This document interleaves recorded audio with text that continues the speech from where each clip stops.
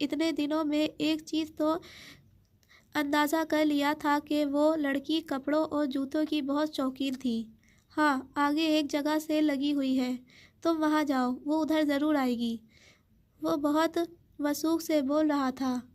وہ کپڑے تہہ کرتے ہوئے پھر اسی تہج پہ سوچنے لگا، کیا وہ واقعی چاہتا تھا کہ وہ نہ جائے، یا پھر بس اس کی ہر پل خبر رکھنے کا بہانہ ڈھونڈ رہا تھا؟ جیہان، تم کنفیوز ہو، اس نے خود کو سرزنش کی۔ پورا گھنٹہ بھی نہیں گزرا تھا جب حماد کا دوبارہ فون آیا۔ وہ لیپ ٹاپ سامنے رکھے کچھ ٹائپ کر رہا تھا۔ حماد کا نمبر دیکھ کر ایک دم اس کا دل بہت اداس ہوا۔ یقیناً حماد نے اس سے بات کر لی ہوگی اور وہ ترکی نہیں آ رہی ہوگی۔ اس نے کال موصول کی۔ اچھی بے عزتی کروائی آج تم نے میری؟ حماد ایک دم شروع ہوا۔ جیہان سیدھا ہو کر بیٹھا۔ وہ سخت غصے میں اسے ملامت کیے جا رہا تھا۔ میرے بھائی، ہوا کیا ہے؟ بھابھی نے مجھے پہچان لیا۔ انہوں نے پوری شاپ میں سب کے سامنے اعلانیہ بتایا کہ میں پنکی بنا سڑک پہ گداگری کر رہا تھا۔ لعنت ہے مجھ پہ اور لعنت ہے اس دن پہ جب میں نے تمہاری مدد کرنے کا سوچا۔ اس نے کیسے پہچانا؟ جب اس کے منہ پہ سلیش گرا تھا تب بھی اسے جھٹکا لگا تھا اور اب بھی ایسا ہی جھٹکا لگا تھا۔ میرے ہاتھ پہ جو نشان ہے اور انگلیوں پہ جو انہوں نے اس دن زخم دیے تھے، انہی سے انہوں نے پہچان لیا۔ میری فیملی کے سامنے اچھی خاصی میری بے عزتی کر دی۔ تو تم نے اس سے بات نہیں کی؟ میں اس سارے ہنگامے کے بعد کیا بات کرتا؟ میں تو جلدی سے وہاں سے نکلنے کی کوشش کر رہا تھا مگر شاپ کیپر آ گیا۔ اس دن ثانیہ اور میں نے یہیں سے شاپنگ کی تھی۔ وہ ہمیں جانتا تھا، بس شکر تھا اس نے میرا نام نہیں لیا تھا۔ مگر غصے سے بولتے بولتے وہ ایک دم رکا۔